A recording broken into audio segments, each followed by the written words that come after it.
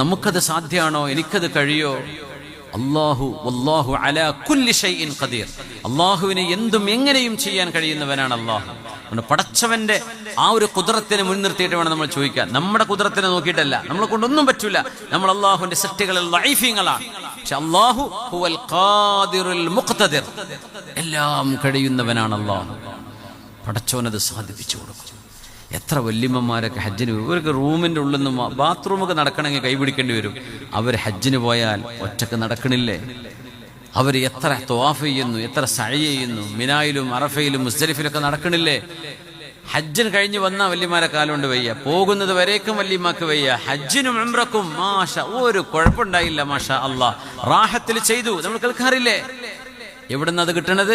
ഖൽബിന്റെ ഉള്ളിൽ നീയത്ത് കിട്ടിയപ്പോ അള്ളാഹു ഒരു ഖുദ്റത്ത് കൊടുത്തു അവിടെ. അതാണ്. അത് നമ്മളെ കൊണ്ട് പറ്റില്ല എന്ന് ചിന്തിക്കല്ലേ. അള്ളാഹു കഴിയുന്നവനാണ്. അള്ളാഹു നമുക്ക് റമളാനിൽ തന്നെ ഉംറ ചെയ്യാനും അള്ളാഹുവിന് വേണ്ടി ഹജ്ജ് ചെയ്യാനും അള്ളാഹു തൗഫീഖ് തരട്ടെ. ആമീൻ യാ റബ്ബൽ ആലമീൻ.